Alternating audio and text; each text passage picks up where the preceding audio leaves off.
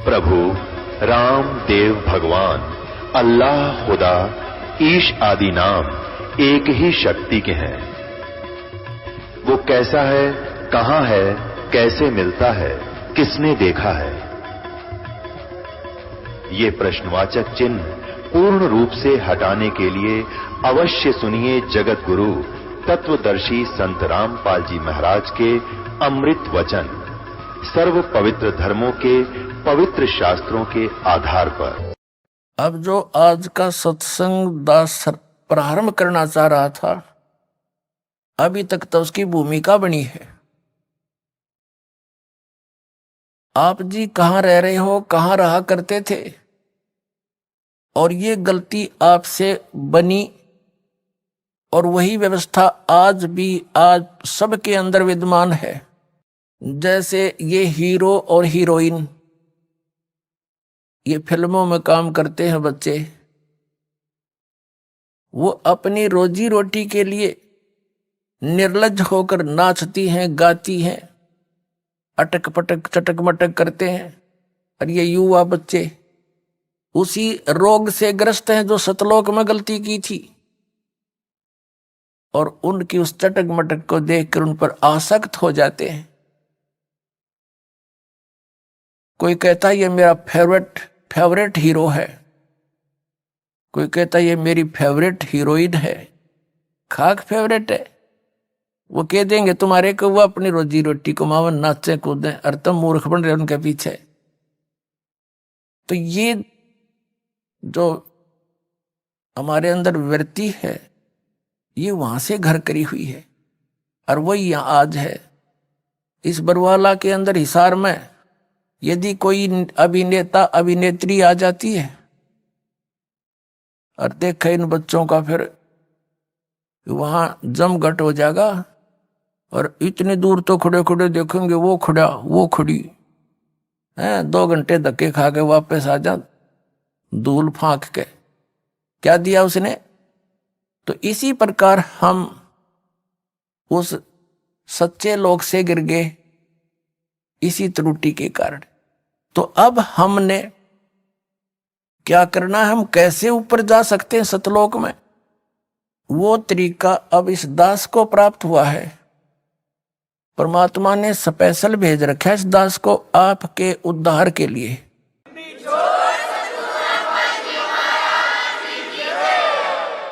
उस स्थान पर जहां आप आए हो, जहां से वहां पहुंचाने के लिए, उसके लिए एक तो ये ज्ञान आपके हृदय में फाइनल हो जाएगा जिस दिन के दास ने जो यह कथा सुनाई है सारी साची है, और है भी साची।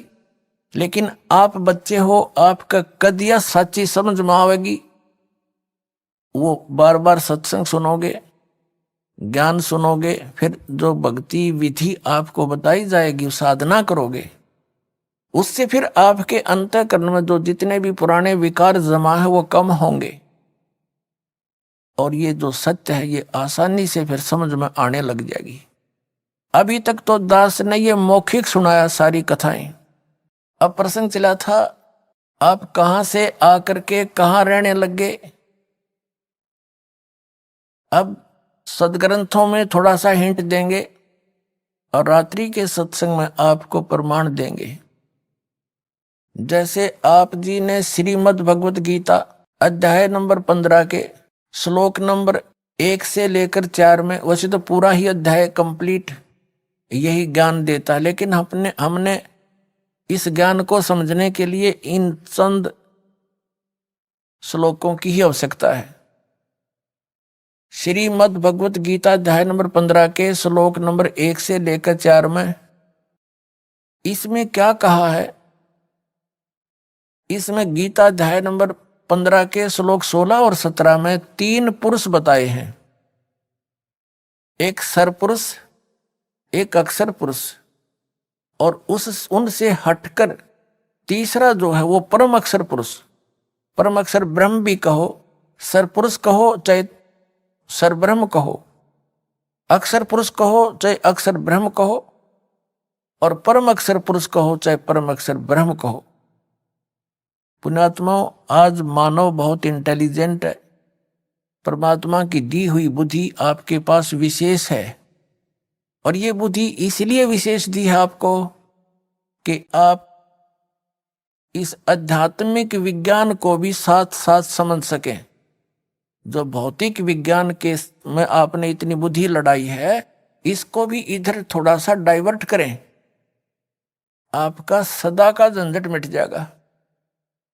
आज हम जिस भौतिक विज्ञान पर आश्रित होते जा रहे हैं, ये तो कुछ भी सांग नहीं। 2 वर्ष वर्षा ना हो, परमात्मा अगर थोड़ी सी हाथ खींच लें अपना, ना विज्ञान रहे ना वैज्ञानिक रहे, भूखे मर टक्कर मार मार कर मर जा सारे, तो क्या है कि खाक विज्ञान है। जो असली विज्ञान है, जो दास लेकर आए, इसको समझो।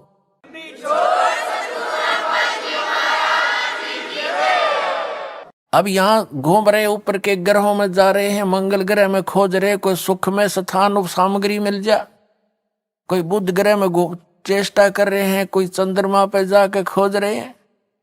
इन खाली खोखिया में कुछ ना पावे। जो असली स्थान है सतलोक, वहां की खबर दास लेकर आया है, परमात्मा ने दी है, वो सुख वहां पर है। और वहां जाने के लिए इस भौतिक विज्ञान की आवश्यकता नहीं, आध्यात्मिक विज्ञान, इस तत्व ज्ञान की आवश्यकता जो दास के पास है। और इससे आपको यही सुख हो जाएगा जो आप कहीं और खोज रहे हो। यही आपकी पृथ्वी पर इतना भरपूर सामान दे देगा, सामग्री दे देगा ऊपर अक्षर ब्रह्म, आपने कितना जाने की जरूरत ना पड़े, सारे सुख दे देगा, सदा बाहर कर दे, फिर से बाहर ला दे परमात्मा 1 मिनट में, सब चीज आपको उपलब्ध करवा दे। पता नहीं वो क्या कर दे आपके लिए जब आप इस पर आश्रित हो जाओगे।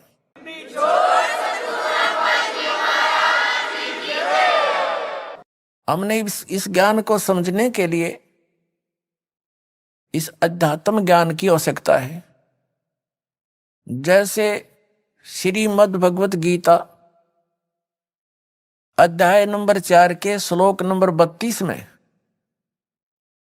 ये गीता ज्ञानदाता कह रहा कि अर्जुन, जो तूने अभी गीता अध्याय नंबर 4 के श्लोक नंबर 25 से 30 तक जो साधना साधक कर रहे हैं उनकी जानकारी प्राप्त की, और सभी अपनी अपनी साधनाओं को पापनाशक जानते हैं। यदि उनको ये पता लग जावे कि ये साधना ठीक नहीं तो वो त्याग देंगे, लेकिन अभी तक जब तक वो कर रहे हैं पूरे निश्चय से कर रहे हैं कि ये साधनाएं पाप नाश करेंगे और पाप नाश से मोक्ष होगा, पाप नाश होकर ही मोक्ष होगा। चौथे अध्याय के 32वें श्लोक में बताया है कि अर्जुन, इन यज्ञों यानी धार्मिक अनुष्ठानों की जानकारी सच्चिदानंद गण ब्रह्म ने अपने मुख कमल से बोलकर ज्ञान दिया है, उसमें विस्तार के साथ कही गई है, और वो तत्व ज्ञान कहलाता है।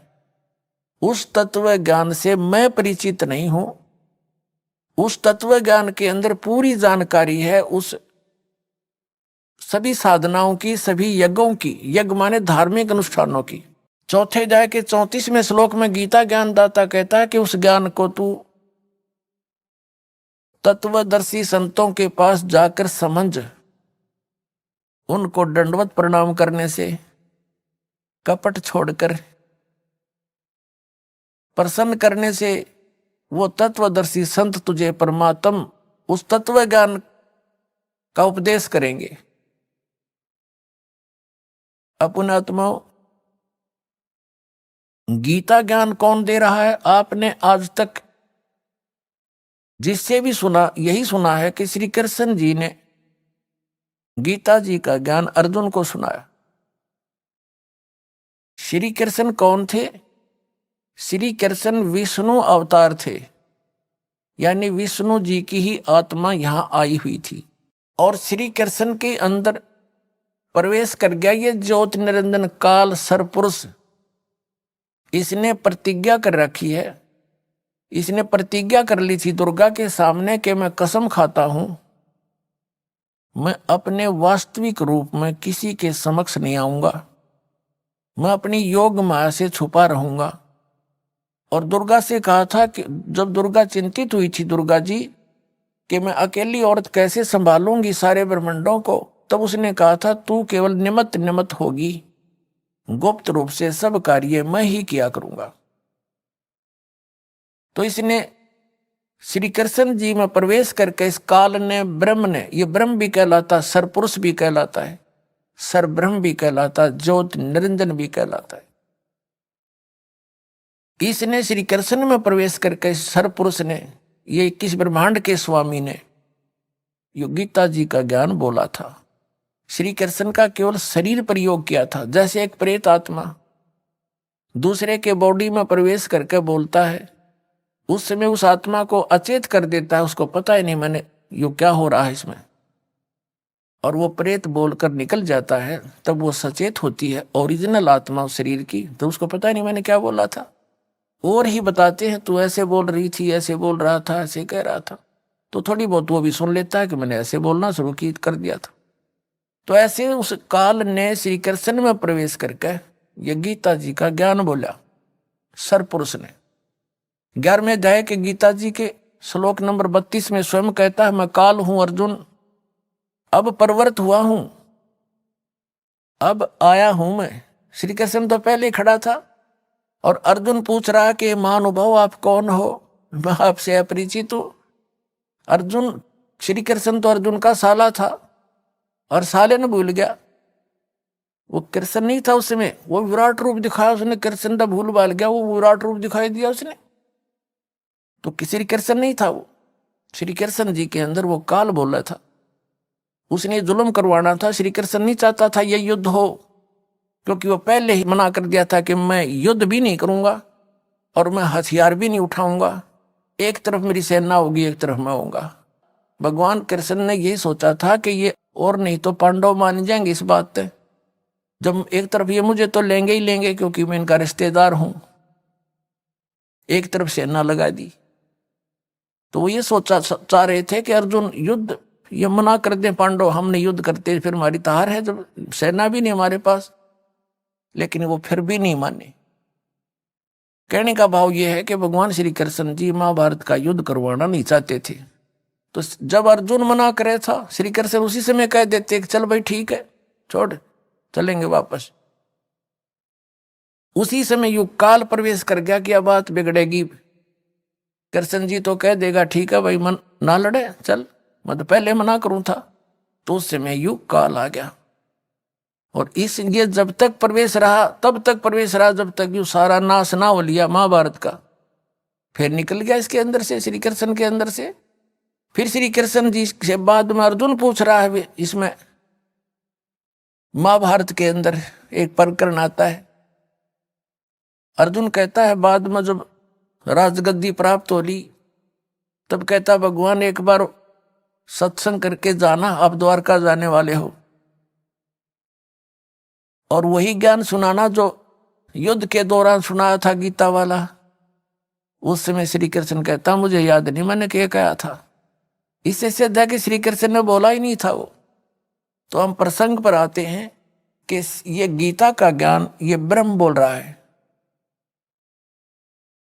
और ये कह रहा है कि उस तत्व ज्ञान को जिसमें पूर्ण मोक्ष मार्ग है और वो गॉड गिवन है, सच्चिदानंद घन ब्रह्म का बोला हुआ है, उस ज्ञान को तत्वदर्शी संत जानते हैं, उनसे पूछ, मैं नहीं जानता। यहां गीता जी के अध्याय नंबर 4 के श्लोक नंबर 32 में अनुवादकर्ताओं ने थोड़ी सी त्रुटि कर दी, क्योंकि जहां इनकी बुद्धि काम करना बंद कर गई, इन्होंने अनर्थ कर दिए अर्थों के। यहां ब्रह्मणे शब्द है, ब्रह्मणे मुखे मूल पाठ में, तो इन अनुवादकर्ताओं ने ब्रह्मणे मुखे का अर्थ कर दिया वेद की वाणी।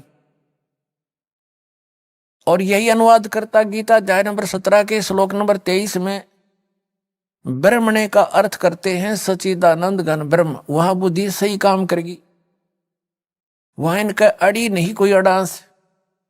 उसमें लिखा 17वें अध्याय के 23वें श्लोक में कि ओम तत् सत इति निर्देश ब्रह्मण तिर्विद समर्थ ब्राह्मणा तेन वेदा च यगा च विहिता पुरा। उसका अर्थ क्या बनता है कि उस ब्रह्मण माने सच्चिदानंद घन ब्रह्म के पाने का ये ओम तत्सत, ओम तो सीधा सरपुरुष का, और तत् है ये अक्षर पुरुष का, और सत है ये परम अक्षर पुरुष का। इन तीनों मंत्रों की मजदूरी करनी है। ये हमारे साधना के इंस्ट्रूमेंट हैं। जैसे हमने जल निकालना है, पृथ्वी में जल है, तो उस जल की, हमारा पूज्य तो जल है, और इंस्ट्रूमेंट हमारे जो उसके औजार कौन से हैं, बोकी और पाइप। ये तो 2 अक्षर का मंत्र है सतनाम, जिसमें एक ओम है एक तत् है। और जब पाइप पहुंचगी जल तक तो इनका काम पूरा हुआ। फिर इसके ऊपर हैंडपंप लगाना पड़ेगा। जब वो जल मिलेगा तो सारनाम जो है वो सत, जिसमें इसमें सत नाम से बोला गया है, ओम तत् सत में ये 3 मंत्र हैं। ओम और तत् ये गुप्त है, तत् सांकेतिक है। ये इस दास बता सकता है इस ब्रह्मांड में, और कोई अधिकारी नहीं इस नाम के देने का।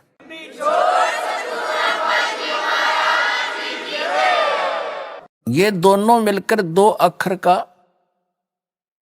सतनाम हो गया। जो समझ लो बोकी, श्वास श्वास की बोकी लगानी है। और फिर सत है, ये सार शब्द की तरफ संकेत है, वो मंत्र न्यारा है, ये दास देगा। वो समझ लो हैंडपंप का ऊपर की मशीन। अकेले सतनाम से मोक्ष नहीं, और सतनाम के बिना सार नाम की कीमत नहीं, वो काम नहीं कर सकता। जैसे बोकी लगाकर पाइप जल तक पहुंचा दी, तो फिर हैंडपंप लगाया जाता है। वो सार नाम समझ लो, सार शब्द, उस हैंडपंप को भी चलाना पड़ता है, तब वो वांछित वस्तु मिलती है। तो हमने सतलोक जाना है, परम अक्षर ब्रह्म की प्राप्ति करनी है, उस स्थान पर जाना है जहां जाकर फिर वापस कभी नहीं आते। उसके लिए 3 मंत्र के जाप का विशेष योगदान है। तो गीता अध्याय नंबर 15 के श्लोक नंबर 23 में इसमें बताया कि ओम तत्सत इति निर्देश है ब्रह्मण त्रिविध समर्थ है। वो सचिदानंद घन ब्रह्म का, उसके पाने का, इस 3 मंत्र के साधना का, जाप का, सिमरण का निर्देश है। निर्देश मीन डायरेक्शन, फाइनल फैसला, नथिंग एल्स। इसके अतिरिक्त और कोई मंत्र नहीं। निर्देश का ये सीधा अर्थ होता है। तो कहने का भाव यह है कि वहां इन्होंने ब्रह्मण्य का अर्थ सच्चिदानंद घन ब्रह्म कर दिया, सही कर दिया। और वही ब्रह्मण्य अर्थ है 4थे अध्याय के 32वें श्लोक में। या इनकी बुद्धि फिसल गई कि इनको ज्ञान नहीं था, और जिस कारण से इन्होंने अर्थों के अनर्थ कर दिए, कथाएं घुमा दी। जैसे गीता अध्याय नंबर 7 के श्लोक नंबर 18 में अनुतम शब्द है, अनुतमम यानी कति घटिया, उसका अति उत्तम बढ़ा दिया इन्होंने। बताओ, 4ठी कक्षा के बच्चे ने पूछ ले, उत्तम माने श्रेष्ठ, अनुत्तम माने अश्रेष्ठ। अरे इन्होंने उस अनुत्तम का सर्वश्रेष्ठ कर दिया। व्याकरण बदलने लग गए बिना ज्ञान के, अनर्थ कर दिए। गीता अध्याय नंबर 18 के श्लोक नंबर 66 में वरद शब्द है, वरद माने जाना होता है, इन्होंने आना कर दिया। बिना ज्ञान के निड़ंगे अड़या करें। गुरु बिन काहु न पाया ज्ञान, जो थोथा भूस छड़े मूड किसान। गुरु बिन वेद पढ़े जो प्राणी, समझे न सार रहे अज्ञानी। आज तक ये सब अज्ञानी थे, क्योंकि इनको गुरु नहीं मिले, सतगुरु नहीं मिले। सतगुरु या तो स्वयं परमात्मा आए थे, सतगुरु का रोल किया था, वो तो भगवान भी थे। वो तो ऑल इन वन है, ऑल राउंड है। उसके बाद वो सतगुरु थे जिनको भगवान सीधे मिले और सचखंड सतलोक लेकर गए, वापस छोड़ा। उनके प्रत्यक्ष गवाह, और वो उनके पास कंप्लीट स्पिरिचुअल नॉलेज था और कंप्लीट साधना थी, परिपूर्ण साधना थी, ये मंत्र थे। या तो वो सतगुरु थे। उनमें कौन कौन है? आदरणीय धर्मदास साहिब जी, आदरणीय मलुकदास साहिब जी, आदरणीय नानक साहिब जी, जो सिख धर्म के प्रवर्तक माने जाते हैं, आदरणीय दादू साहिब जी, आदरणीय गरीबदास साहिब गांव छुरानी जिला झज्जर हरियाणा वाले, आदरणीय घीसा दास साहिब जी गांव खेखड़ा जिला मेरठ उत्तर प्रदेश वाले, इन महापुरुषों की जानकारी तो दास को है कि ये सदगुरु थे, लेकिन उस समय इनको निर्देश दे दिया था, परमात्मा ने सख्त हिदायत दे दी थी कि इस तत्व ज्ञान को और इस सार शब्द और सार नाम को, इस सतनाम को अभी डिस्क्लोज ना करना, नहीं तो इन काल के भेजे दूतों के ये यथार्थ ज्ञान और यथार्थ मंत्र हाथ लग जाता। जैसे राधा स्वामी पंथ है, इसी से निकला हुआ पंथ है, यू जय गुरुदेव पंथ। सिरसा के अंदर सच्चा सौदा और जगमाल वाली वाला और ये ठाकुर वाला, ये निरंकारी, ये सारे इससे निकले हैं, गुरु सिख धर्म से ही निकले हैं, यानी गुरु ग्रंथ साहिब को पढ़ा करते ये। उसमें से अपनी अल्प बुद्धि से जैसा इनका समझ में आया वैसा नारा सांग जोड़ दिया, वास्तविक ज्ञान इनके पास था नहीं। और राधा स्वामी पंथ का प्रवर्तक श्री शिवदयाल जी, वो गलत साधना करके पांचों नाम काल के जाप करके भूत बन गया, अपनी शिष्या बुक्की में प्रवेश करके हुक्का पीवा रोटी खावा के वहां पर पहुंच गया सतलोक वो। तो ये बात बिगड़ती। अब इस पूरे ग्रुप को पता नहीं वो सतनाम कौन सा, सब सतनाम के गुण गावे, पूरा सिख समाज भी सतनाम सतनाम करता है, उन सतनाम का नहीं पता दो अक्षर का कौन सा सतनाम वो। और नानक साहिब जी उसी का जाप करते थे, क्योंकि उनको परमात्मा मिले थे, आकर के सचखंड लेकर गए थे, उनको पूरा कंप्लीट कोर्स दिया था कि आप इसका जाप कीजिए, पर अभी बताना नहीं किसी को। उस नाम का जाप समुद्र की साखी, जन्म साखी नामक एक पवित्र पुस्तक है, सिख धर्म की बहुत मान्य है। जैसे हम कबीर पंथियों के लिए कबीर सागर मान्य है, उसमें क्या है, परमेश्वर कबीर जी बोला करते थे, जो वार्ता उनकी हुई, जो घटनाएं धर्मदास जी ने देखी, वो धर्मदास जी लिखा करते थे, उनके परम शिष्य और साथ रहते थे। ऐसे ही बाला और मर्दाना श्री नानक साहिब जी के, नानक देव साहिब जी के परम शिष्य थे, वो उनके साथ रहते थे। और जो भी घटनाएं घटी बालाजी ने लिखी, आंखों देखी, तो उसमें उसको जन्म साखी बोलते हैं। जन्म साखी में एक समुद्र की साखी है, समुद्र की साखी में एक प्रकरण आता है कि बाला और मर्दाना ने श्री नानक देव साहिब जी से श्रीलंका देखने की प्रार्थना की, इच्छा व्यक्त की। उन्होंने कहा आंखें बंद करो, आंखें बंद करके खोली तो समुद्र के किनारे खड़े हो गए और कहा समुद्र के ऊपर मेरे साथ आप चलो, जैसे थल पर चलते हैं। हम दोनों मर्दाना और बाला नानक जी के गुरु जी के पीछे पीछे चल पड़े। उन्होंने ये कहा कि तुम वाहिगुरु वाहिगुरु जाप करते रहना। तो हम वाहिगुरु कर रहे थे, नानक साहिब जी कुछ देर के बाद उन्होंने उच्चारण शुरू कर दिया, ओम सोहम का जाप कर रहे थे। ये 2 अक्षर का मंत्र है। तो मर्दाना ने भी सोचा मैं भी यही जाप कर लूं, तो मर्दाना डूबने लग गया, वो भी वही जाप करने लग गया नानक जी वाला। जब नानक साहिब जी ने देखा कि ये मर्दाना डूब रहा है, तो उन्होंने कहा कि मर्दाना तू वही जाप कर, ये मंत्र मत जाप कर, गुरु की नकल नहीं करते, आज्ञा का पालन करो। अब वहां झटका भी दे दिया और सार्वजनिक भी कर दिया, आगे के लिए बैन भी लगा दिया कि खबरदार देश का जाप किया था। क्यों? जब स्वयं जाप कर रहे हैं उनको क्यों मना किया? आदेश था परमपिता का कि यदि अब ये डिस्क्लोज हो गया तो पिछली पीढ़ी जो अब शुरू हो गया ये परमात्मा का यथार्थ पंथ ज्ञान, यहां फिर हम भिन्नता नहीं बता पाएंगे।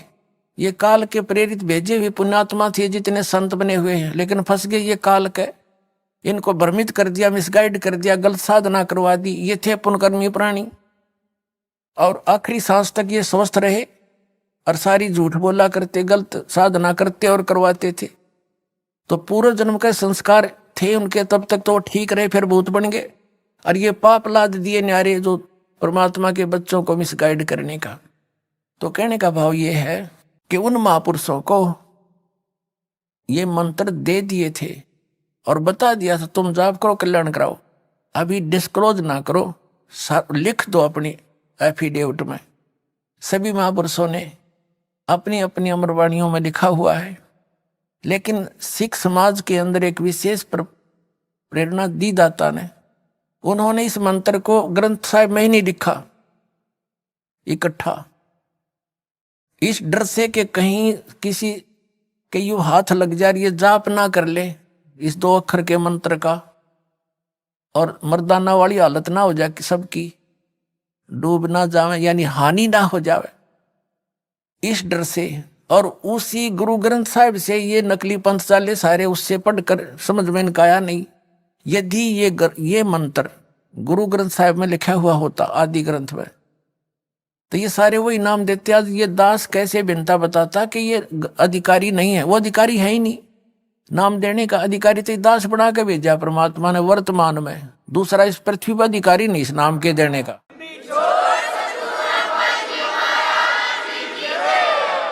अधिकारी के बिना ये नाम अगर किसी से कोई नकली जो निर्भाग आत्मा होगा दुष्ट इस दास से प्राप्त करके, और ये नाम स्वयं देने लग जा कहीं पर, तो सबसे बड़ा अपराधी है इस पर परमात्मा का इस पृथ्वी पर।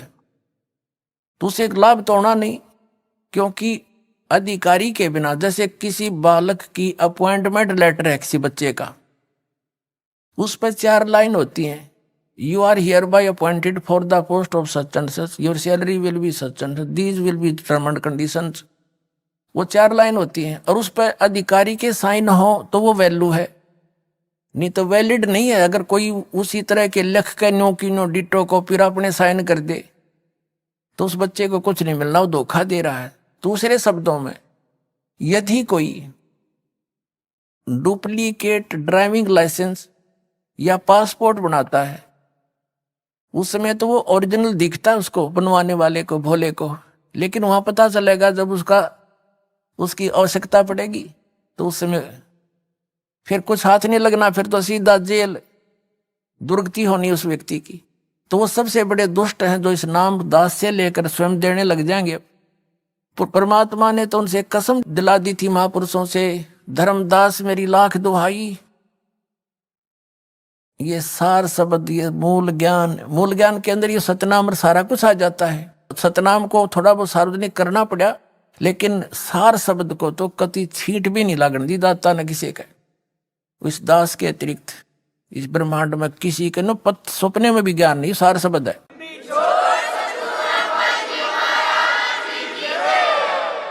तो कहने का भाव ये है कि ये अभी कहते हैं गुरु बिन काहुन पाया ज्ञान, जो थोथा भूस चढ़े मूड किसाना, गुरु बिन वेद पढ़े जो प्राणी, समझो अनुसार रहे अज्ञानी।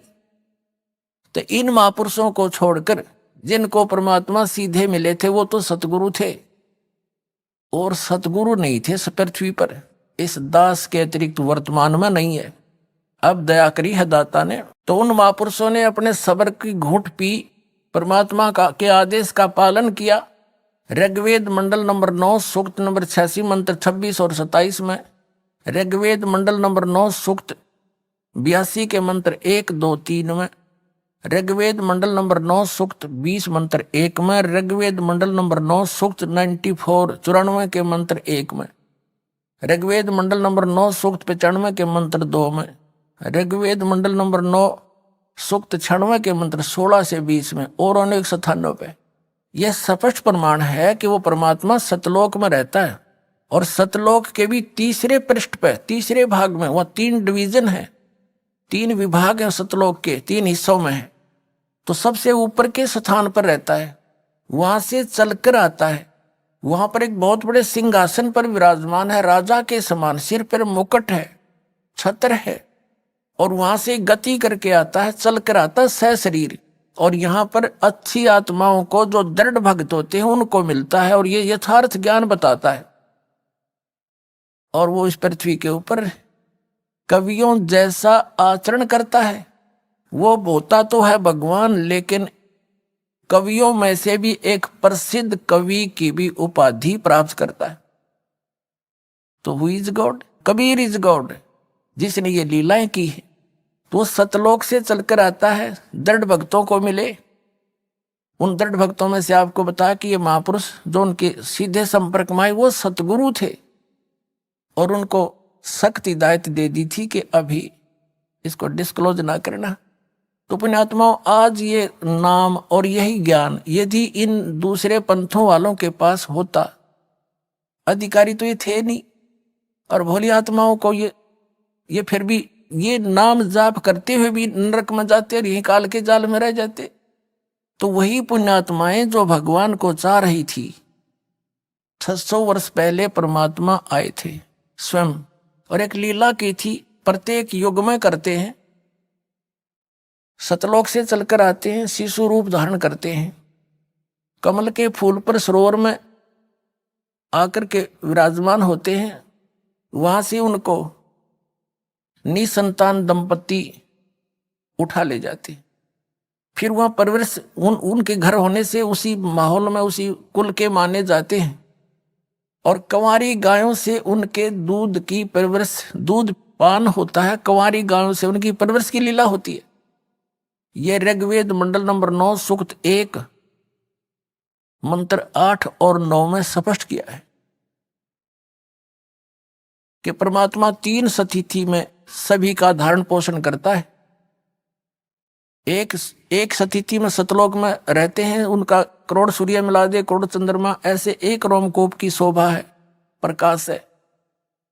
और अन्य रूप हल्का तेज पुंज का हल्का रूप बना करके एक साधु महात्मा के रूप में आते हैं, जब चाहे किसी महापुरुष को कहीं प्रकट होकर मिल जाते हैं। और एक रूप में वो एक प्रत्येक युग में शिशु रूप धारण करके वो ऐसी लीला करते हैं, धीरे धीरे बड़े होते हैं। तो बचपन में उनके परवरिश की लीला कुंवारी गायों से होती है।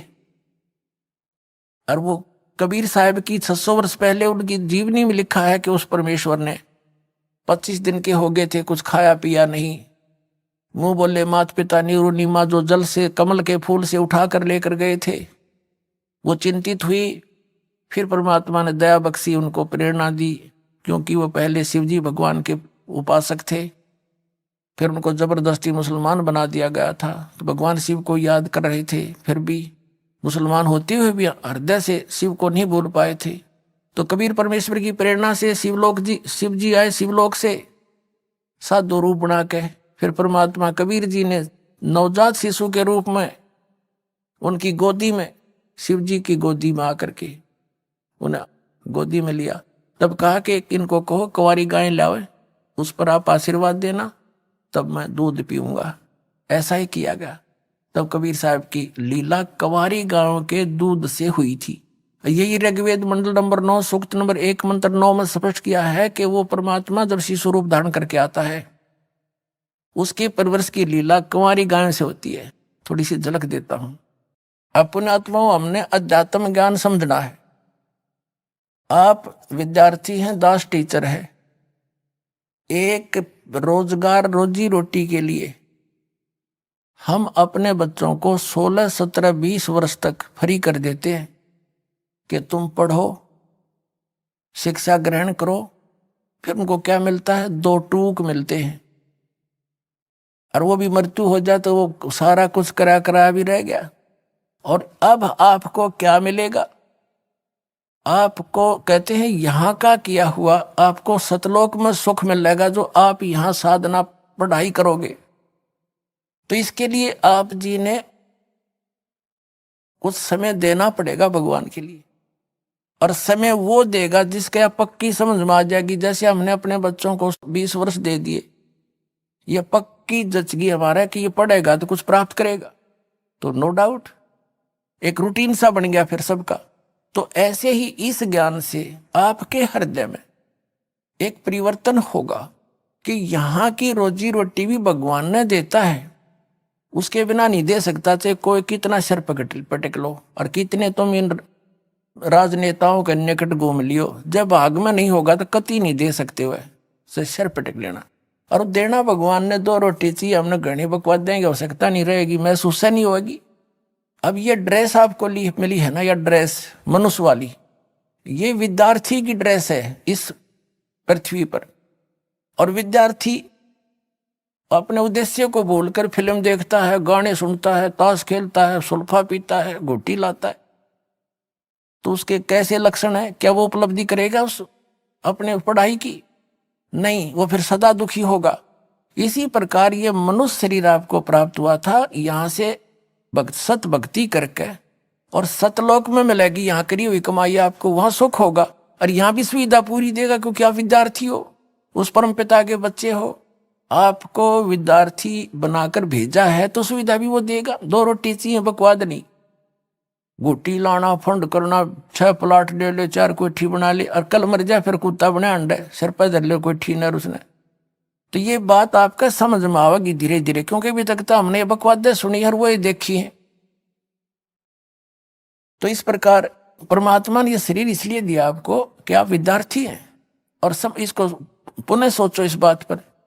और यहाँ का जैसे जो बच्चा जो ट्रेनिंग करता है, जिस भी साइड की, कोई मेडिकल कर रहा है, कोई इंजीनियरिंग कर रहा है, कोई वैसे पढ़ रहा है, कोई शास्त्री की कर रहा है, तो वहां की हुई पढ़ाई उसको फील्ड में सुख मिलेगा और वो वहीं सुख प्राप्त कर रहा है, तो यूजलेस हो गया उसका सारा काम।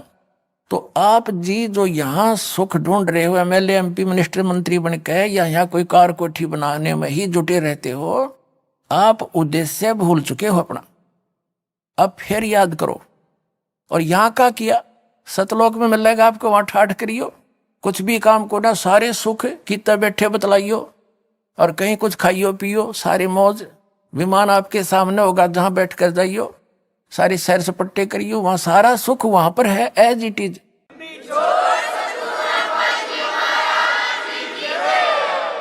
ये नकली पंथ बताया करते, सतलोक में प्रकाश ही प्रकाश है, आत्मा उसमें जाकर मिल जाती है जैसे बूंद समंदर में। इन्हें खक देखा वहां पर। तो परमात्मा ने दया करी थी धर्मदास मेरी लाख दुहाई, ये मूल ज्ञान है। मूल ज्ञान तो सारा ज्ञान जो दास आपको बता रही है वो असली ज्ञान, कहीं बाहर न जाई। मूल ज्ञान बाहर जो पढ़ी, बिचली पीढ़ी हंस नीति रही, और मूल ज्ञान को तब तक छुपाई जब तक ये 12 पंथ मिट जाई। अब ये जितने भी पंथ थे ये सब मैच्योर हो लिए, इन्होंने जो ज्ञान देना था दे चुके हैं, उन्हीं को रिपीट कर रहे हैं उनके और उत्तराधिकारी, और अनुयायियों को पता है ये क्या ज्ञान देते हैं। अब इस तत्व ज्ञान के सूर्य की रोशनी में अब वो ऐसे छुप जाएंगे जैसे उनका अस्तित्व ही नहीं रहेगा। तारा मंडल बैठे कर ये चांद बड़ाई खावे, उदय भया जब सूरज का स्यों तारों छुप जावे। और ज्ञान सब ज्ञानेड़ी यू कबीर ज्ञान सो ज्ञान, जैसे गोला तोब का अब करता चला मैदान।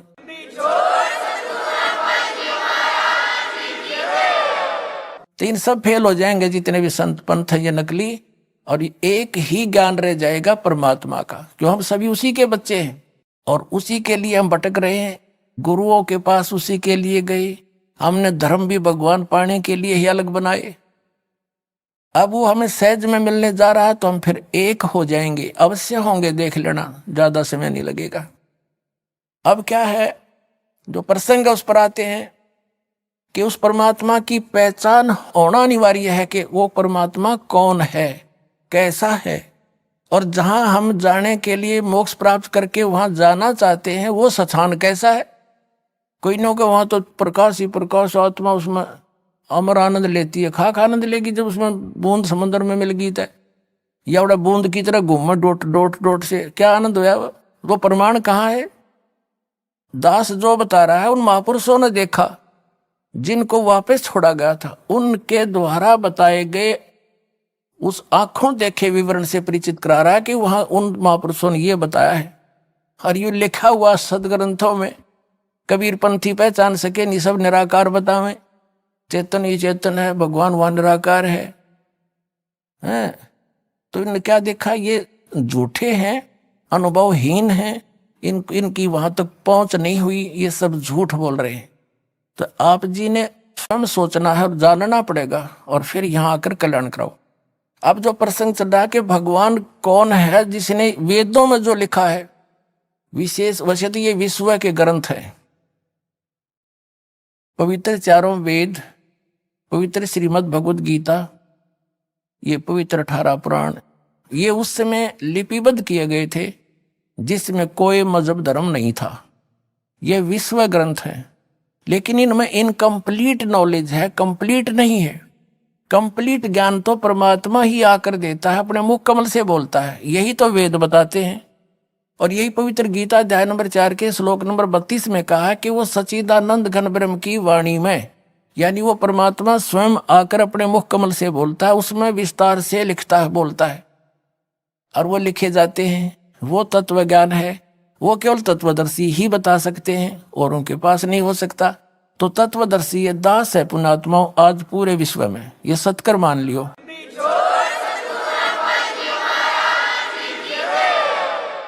तो ये हो गया ज्ञान। वो ज्ञान कौन सा है, फिर उसमें भगवान कैसा है, क्या लीला करता है, वेद बताते हैं। और वेदों को पूरा, वैसे विशेषकर वर्तमान में पवित्र हिंदू धर्म के पुण्यात्मा तो अवश्य स्वीकार करते हैं कि वेदों में जो लिखा सही है। बाकी अन्य धर्मों के लोग भी वेदों को मानते सही हैं, वो स्वयं उसका पढ़ नहीं रहे, उसका अध्ययन नहीं करते, वो अलग बात है। अब देखो वेद क्या बताते हैं, एक विशेषता और देखो कमाल मालिक का। ये जितने भी आर्य समाज के आचार्य हैं या महर्षि दानंद जो आर्य समाज प्रवर्तक कहा जाता है, वो खुद तो मानते हैं परमात्मा निराकार है। वहां पर परमात्मा कहीं एक स्थान पर भी नहीं रहता। इनकी अपनी धारणा, अपना अनुभव है जो वेदों के विपरीत है। और वो वेदों को सही भी मानते हैं कि वेदों में जो लिखा वो फाइनल है, सही है। और वेदों का अनुवाद भी स्वयं कर रहे। देख कमाल कुदरत का, कैसी दया करी आपके ऊपर। यदि इन वेदों का अनुवाद ये रामपाल दास करता तो ये टांग अड़ा देते यार, ये समाज के आचार्य कि रामपाल के जाने संस्कृत ने झूठ बोला है। इसी दया बख्शी दाता ने इन इंजीनियरों द्वारा ही करवा दिया अनुवाद, इनका पता भी कोई ना, मैंने लिख के दिया। परमात्मा ने कहा कि चोर चुरावे तू बड़ा, और गड्ढे पानी में वो गड्ढे हुआ ऊपर आवे न, सच्चाई छनी ना। सच्चाई को दबाया नहीं जा सकता, मिटा नहीं जा सकता, कुछ दिन दबाया जा सकता, 13 दिन दबा दी इन्होंने। अब देखो वो आर्य समाज के लोग जो परमात्मा को निराकार मानते हैं और एक देशीय नहीं मानते, और वेदों को सत्य मानते हैं। अब वेद क्या प्रमाण देते हैं, अपने आंखों से पढ़े हैं। ये है ऋग्वेद मंडल नंबर 9, 10 इकट्ठा ही अनुवाद है। प्रकाशक है सार्वदेशी कार्य प्रतिनिधि सभा, महर्षि दानंद भवन, रामलीला मैदान, नई दिल्ली 2। ये आर्य भाषा भाष्य है। Prince offset printers 1510 Pataudi house, Daryaganj, नई दिल्ली से। और ये प्रथम ही सूक्त है, ये प्रथम सूक्त है।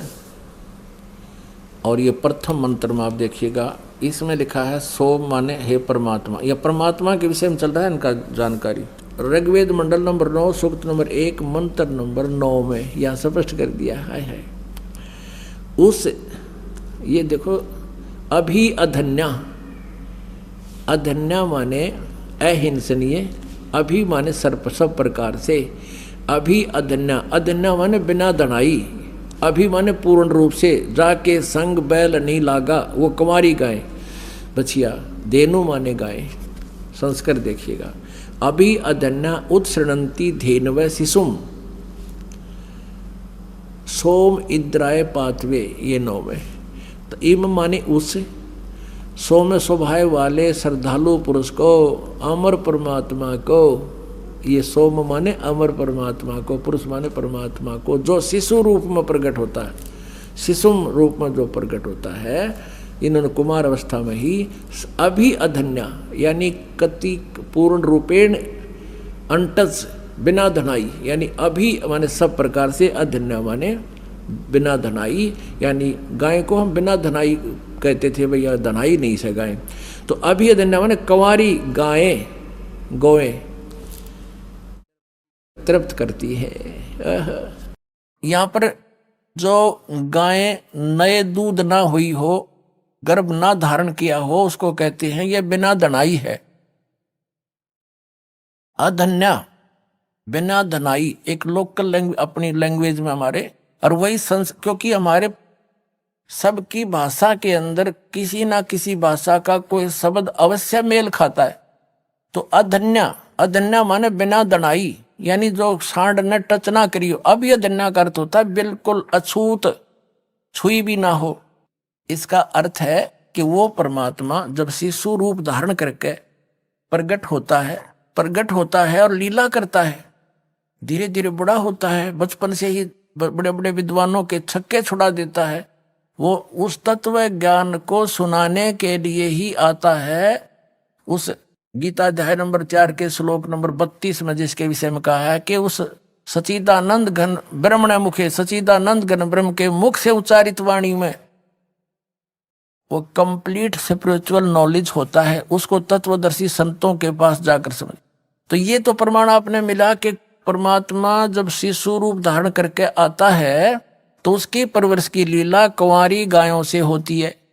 या वही कौन से भगवान के जिनको हम भगवान मानना करते, तो उनमें किसी एक का दिखा दो उदाहरण, राम का, श्री कृष्ण का, या श्री विष्णु का, श्री और किसी भी देवता का, या कोई जिनको 9 अवतार मानते हैं या 50-25 अवतार मानते थे, या कोई पीर पैगंबर का दिखा दो या लीला जो दास आपको वेदों में प्रमाणित करा। अब उनकी जीवनी में 600 वर्ष पहले जो दाता ने लीला की थी, जो करता ही ऐसी है, प्रत्येक युग में वो दिखाते हैं।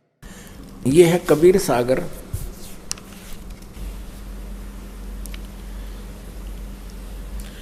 खेमरा श्री कृष्ण दास प्रकाशन बंबई।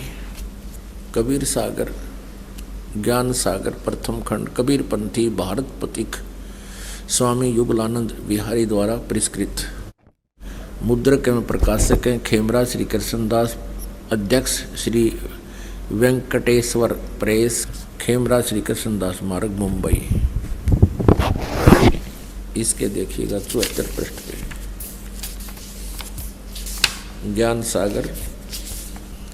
अब सुन दुल्हा मन भयो आनंदा, जिमी चकोर पायो निशी चंदा।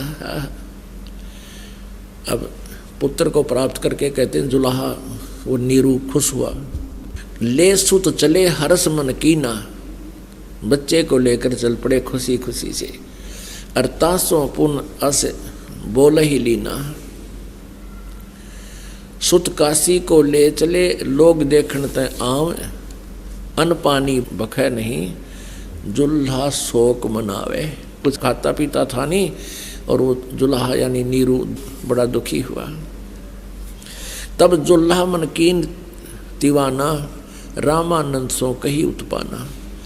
मैं सुत पायो बड़ गुणवंता, कारण कौन बखे नहीं संता। रामानंद ध्यान तब धार्या, जुल्हा को तब वचन उचार्या। पूर्व जन्म मत ब्राह्मण जाति, हर सेवा की नी भली बाती। कुछ तु सेवा हरि की चूका, ताते भयो दुल्हे का रूपा। प्रीति प्रभु गही तोर लीना, ताते उद्यान में सुत तो ही दीना। वैसे तो वास्तविकता अलग से है, क्योंकि कबीर परमेश्वर ने कहा था धर्मदास जी को कि 12वां पंथ का जो प्रवर्तक होगा गरीबदास, उसके द्वारा मेरे यथार्थ ज्ञान को पुनः प्रकट किया जाएगा। मैं उसको सत्य से परिचित कराऊंगा, दोबारा छोड़ूंगा, वो फिर सही ज्ञान लिखेगा। तो तब तक परमात्मा ने क्या कहा था कि मेरे इस कबीर सागर में थोड़ा बहुत ये अनसमझ लोग कबीर पंथ में काल के दूत घुस के कुछ परिवर्तन कर देंगे, लेकिन सच्चाई को छुपा तो नहीं सकेंगे, थोड़ा बहुत परिवर्तन कर सकते हैं। इन्होंने रामानंद से जोड़ दी कि रामानंद ने कहा कि एक गाय लिया कंवारी। वास्तविकता गरीबदास जी ने अपने ग्रंथ में लिखी है कि शिव उतरे शिवपुरी से अवगत बदन विनोद, और उन्होंने आकर शिव मंडल से साधु रूप बना के शिव जी आए, क्योंकि उस नीरू और निमा शिव के पुजारी थे। उसी जन्म में ब्राह्मण ब्राह्मणी थे, वो जबरदस्ती मुसलमान बना दिए गए थे। भले ही वो मुसलमान थे, लेकिन अंतःकरण से पुकार अपने शिव जी की किया करते थे। तो शिव जी आए थे, और फिर परमात्मा ने आपको बता दिया। खुद कबीर साहब बोल रहे थे, 25 दिन के बालक, उनसे 7 बार चर्चा की थी। उससे कहा था कि इनको कहो कुंवारी गाय ले आवे, आप उस पर आशीर्वाद रख देना, वो दूध देगी, वो पिया करूंगा, और वो देती ही रहेगी, फिर ब्याह नहीं की कभी भी, ना नए दूध होगी। और वैसे दूध देती रहा करेगी, उसके बाद दूसरी शुरू हो जाएगी ऐसे। अब देखिएगा, तो इन्होंने जैसे तैसे हमने सच्चाई से परिचित होना है, जैसा भी है। देखिए कि इनके अनुसार क्या है, रामानंद ने कहा कि तुम पहले ब्राह्मण थे पिछले जन्म में, तुमने कोई गलती कर दी भगवान की भक्ति में, इस कारण से तू दानक बन गया, दुल्हा बन गया, और तेरी प्रीति को देख करके भगवान ने तुझे जंगल में लड़का दे दिया, बच्चा दे दिया। वो तो जैसे इनकी सोच है, हमने सिर्फ उस निष्कर्ष पर पहुंचना है कि वो लीला कैसे हुई थी उस परमात्मा की। अब ये क्या कहता है नीरू जुलाहा, हे प्रभु जस कीनो तस पायो, आरत हो तो दर्शन आयो, सो कहिए उपाय गुसाई, बालक अक्षुदावंत कुछ खाई। ये भूखा है कुछ खावा, इसी तरीका बताइए। अब देखो इन कबीर पंथियों ने जो गलतियां की हैं स्पष्ट है। यहाँ नीरू लिखना था, नूरी लिख रखा है, नूरी वचन, ये नीरू वचन है।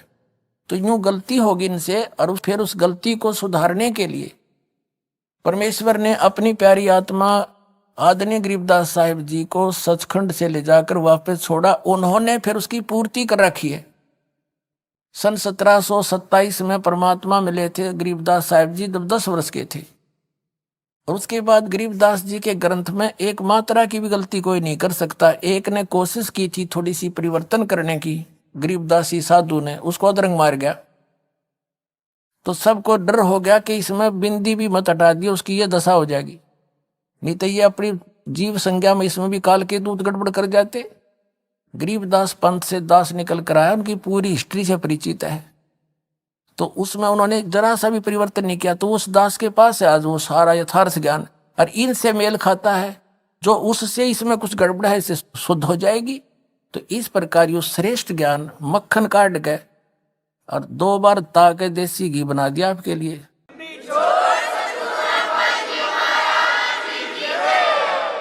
हे प्रभु जस कीनो तस पायो, आरत हो तो दर्शन आयो, सो कहिए उपाय गुसाई, बालक अक्षुदावंत कुछ खाई। ये भूखा है कुछ खावा, इसी तरीका बताइए। रामानंद अस युक्ति उचारा, तुम सुत कोई ज्ञानी अवतारा। उसने बताया कि तुम्हारा बेटा कोई आम व्यक्ति नहीं है, ये कोई विद्वान पुरुष का अवतार है। बचिया जाही बैल नहीं लागा, सोले ठाड करो ते ही आगा। कि एक बछिया ले आओ जिसका बैल ना लग गया हो, अर्थात जो कभी भी नए दूध ना हुई हो, दढ़ाई ना हो, यानी बैल ने टच ना करी, अर्थात कुंवारी। आइए अब हम उन श्रद्धालुओं के अनुभव जानते हैं जो जगत गुरु तत्वदर्शी संत रामपाल जी महाराज जी से दीक्षा प्राप्त कर चुके हैं तथा उनके द्वारा बताए गए भक्ति मार्ग पर चल रहे हैं। नमस्कार सर। सच साहेब। सर क्या नाम है आपका? नारायण महतो। नरेंद्र महतो जी, आप कहाँ से हैं? झारखंड धनबाद से। नरेंद्र महतो जी, संत रामपाल जी महाराज से नाम दीक्षा आपने कब ली? 28 मई 2020। नरेंद्र महतो जी, क्या क्या भक्ति साधनाएं की हैं आपने अभी तक? संत रामपाल जी महाराज से नाम दीक्षा लेने से पहले हनुमान जी, भोलेनाथ, दुर्गा का सब देवी देवता का पूजा करते थे। कांवर लेके देवघर भी गए थे 3 बार। उसके बाद जो हम लोग का घर में बलि उली होता है, सब बलि उली करते थे। सब जो बलि प्रथा चल रहा है पूर्वजों से, वो सब करते थे भक्ति, वही सब देखा देखी। संत रामपाल जी महाराज का जब हमको ज्ञान मिला तो वो सब छोड़ दिए, त्याग कर दिए। सर, संत रामपाल जी महाराज जी के शरण में जाने का क्या कारण बना आपका? एगो भगत जी हमको छोटू लाल दास है, वो भगत जी हमको ज्ञान गंगा बुक दिए थे। होली मतलब लॉकडाउन 20 में होली था ना, होली के लगभग होली ही में हमको दिया था ज्ञान गंगा बुक। वो बुक पढ़ने के बाद 1 बार पढ़े, 2 बार पढ़ने में बहुत अच्छा लगा कि हाँ भगवान से भेंट हो जाएगा। ज्ञान गंगा बुक पढ़े और संत रामपाल जी महाराज से नाम दीक्षा लिए ऑनलाइन मोबाइल थ्रू से, हमारे गुरुजी संत रामपाल जी महाराज से। सर, जैसा कि आपने बताया कि आपने संत रामपाल जी महाराज से ऑनलाइन नाम दीक्षा ली, आप हमारे चैनल्स पर अपने अनुभव बताने आए हैं। आपके हाथ में जो रिपोर्ट्स हैं, बताएंगे कि ये किस चीज़ की रिपोर्ट है, क्या हुआ था आपको? देखिए, हमारे पास जो रिपोर्ट है, डॉक्टर ने कैंसर बोल दिए थे कि, और सोच के मेरा पूरा आंख बंद भी हो गया था, मुंह बंद हो गया था। मतलब हम 3 महीना तक खाली सत्तू और दूध के अलावे जीवित थे। मेरा साथ जो भाई लोग जाता था बोला सब कोई बोलता था कि तो भैया बचबे नहीं करेंगे। जब डॉक्टर ने बोल दिया कैंसर है तो बोला कि मतलब ये वाला जितना है ना सब ये सब काट के हटाना होगा और कोई चीज़ स्टील उस्टील डाल देंगे। तो डॉक्टर से हम सलाह लिए कि देखिए जो भी 3 लाख रुपया भी लेंगे आज जैसे ये वाला जैसा है वैसा हो जाएगा। तो बोला कि उसका गारंटी नहीं लेंगे। तो बोला गारंटी नहीं लेंगे, 3 लाख रुपया भी बोल रहे हैं और फिर बोल रहे हैं कि गारंटी नहीं लेंगे तो फिर कैसे होगा। तो बोला कि नहीं वो वाला तो नहीं गारंटी ले सकते, एक गाल बैठ भी सकता है, एक साइड हो जाएगा। तो संत रामपाल जी से अर्जी लगवाए, गुरुजी मेरा साथ ऐसा ऐसा घटना, रांची से मतलब रेफर कर दिया भिलोर और मेरे पास पैसा है नहीं, 300 रुपया कमाते हैं मजदूरी और 3 लाख कम बात है। और जिससे भी मांगते हैं वो भी बोलते हैं कि आप तो ये बचबे नहीं करेगा तो पैसा देगा कहाँ से। तो फिर कहीं तो बोले कि आप ही जो कर सकते हैं, जब लाखों लाखों को आप ठीक कर सकते हैं तो एगो हमको भी देख लीजिए परमात्मा। आप अर्जी में आदेश आया कि परमात्मा दया करेंगे, भरोसा रखो परमात्मा और भक्ति करो और सब ठीक कर देंगे। देखिए पूरा सूझ गया था, अभी थोड़ा हल्का सा बचल है, दिखा सकते हैं। देखिए मुंह में कैंसर था, देखिए थोड़ा सा वहाँ जो इतना बड़ा जो दिखा रहा है ना ये वाला इतना बड़ा फुलल था, लेकिन मालिक बिना ऑपरेशन से ठीक कर दिए। संत गुरु रामपाल जी महाराज, मैं जैसे मुख से आवाज बोल नहीं पाता था ना खा पाता था, लेकिन देखिए परमात्मा संत रामपाल जी महाराज गुरु महाराज की कृपा, देखिए कि सब खड़ा करके अभी टीवी में देख रहे हैं, जितना हमारे भगत भाई जगत के लोग सब देखिए कि एकदम सच्चाई क्या है। देखिए यहाँ पर जो मांस कितना बड़ा हुआ था और ये है कैंसर था मेरा, ये रिपोर्ट देखिए कि सच्चा कि गलत ही सही है, आप लोग देखिए सच्चाई क्या है। लेकिन देखिए परमात्मा संत रामपाल जी महाराज का दया से देखिए सब ठीक कर दिए। देखिए हमारा पास कितना एक्सरे किए हुए हैं जांच में, मतलब 85,000 खाली जांच करवाए हैं भगत हम अपना बीमारी के लिए। देखिए कितना एक्सरे वाला है, सब है। उसके बाद देखिए एथी दिखा रहे हैं जो इलाज चल रहा था, देखिए नारायण महतो लिखा हुआ होगा, नारायण महतो इलाज देखिए कितना गहरा था। संत रामपाल जी महाराज के दया से आज ठीक ठाक है। इतना नशा करते थे कि मत पूछिए कि 98 से हम गुटखा उटका सब खाते थे, शराब 1.5 बोतल दारू, महुआ वाला 1.5 बोतल दारू पीते थे। और आज देखिए कि परमात्मा की दया से ज्ञान गंगा बुक पढ़े, खैनी गुटखा सब मेरा छूट गया खाली पढ़ते पढ़ते ही। कि देखिए इतना शक्ति है बुक में, जो भी ज्ञान गंगा बुक पढ़ते हैं देखते हैं तो उसको पढ़ना है बहुत अच्छा से, बहुत अनमोल ज्ञान है ज्ञान गंगा में। सर जैसे कि आपने बताया कि आपको संत रामपाल जी महाराज से नाम दीक्षा लेने के बाद आपने बताया कि आपको भयंकर कैंसर का रोग था, वो ठीक हो गया, आपका नशा छूटा। तो जो दर्शक आज आपको टीवी पर देख रहे हैं, आप उनके लिए एक उदाहरण है। आपके पास रिपोर्ट्स भी हैं। बहुत सारे ऐसे लोग हैं जो कैंसर जैसी भयानक बीमारियों से ग्रस्त हैं। लोगों के पास पैसे नहीं हैं और बहुत सारे लोग ऐसे हैं जिनके पास पैसे भी हैं लेकिन अब उनका इलाज संभव नहीं है। आपके साथ तो बहुत बड़ा चमत्कार हो गया, आप बगैर ऑपरेशन के ठीक हो गए। तो वो लोग अगर संत रामपाल जी महाराज से नाम दीक्षा लेना चाहते हैं तो कैसे ले सकते हैं? देखिए जो भी कोई भी जैसे रोग बड़ा बड़ा रोग हो जाता है तो आप कैंसर जैसा भयानक हमको देखिए और संत रामपाल जी महाराज से नाम दीक्षा लेंगे, सद्भक्ति करेंगे तो सब ठीक कर देंगे। संत रामपाल जी महाराज से नाम दीक्षा कैसे ली जा सकती है? संत रामपाल जी महाराज से अनेकों चैनल में टीवी में चलता है, संत रामपाल जी का सत्संग चलता है, उसमें देखिए कि बहुत अनमोल ज्ञान है। उसका नीचे पट्टी चलते हैं, वह पट्टी के नीचे आश्रम वाला नंबर चलते हैं, उसे कांटेक्ट करके अपना नज़दीकी नाम दान सेंटर का पता लगा के अपना नाम दीक्षा कल्याण करवा सकते हैं। धन्यवाद सर। सच सही।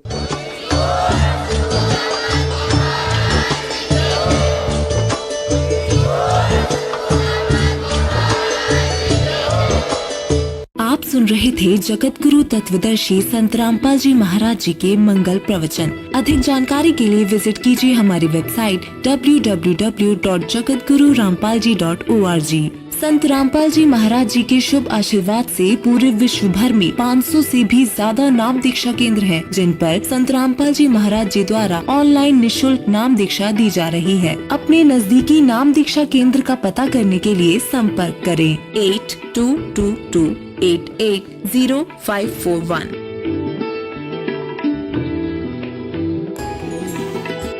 गरीब अलल पंख अनुराग है, सुन मंडल रहती दास गरीब उधारिया, सतगुरु मिले कभी। जगत गुरु तत्वदर्शी संत रामपाल जी महाराज के सानिध्य में मनाया जा रहा है संत गरीब दास जी महाराज जी का बोध दिवस। इस 3 दिवसीय महासमागम में विशाल भंडारा, दहेज मुक्त विवाह, रक्तदान शिविर, नेत्र जांच शिविर, दंत चिकित्सा शिविर और महापुरुषों के जीवन पर आधारित भव्य प्रदर्शनी जैसे कार्यक्रम आयोजित होंगे। संत गरीब दास जी महाराज जी की अमर वाणी के अखंड पाठ में शामिल होकर अपने जीवन को धन्य बनाएं। इस संपूर्ण कार्यक्रम का सीधा प्रसारण आप 21 मार्च 2024 को सुबह 9:15 बजे से साधना टीवी पर और हमारे YouTube चैनल संत रामपाल जी महाराज पर एवं संत रामपाल जी महाराज एप्लीकेशन पर भी देख सकते हैं, जिसमें सर्व मानव समाज सादर आमंत्रित है। आयोजन स्थल है सतलोक आश्रम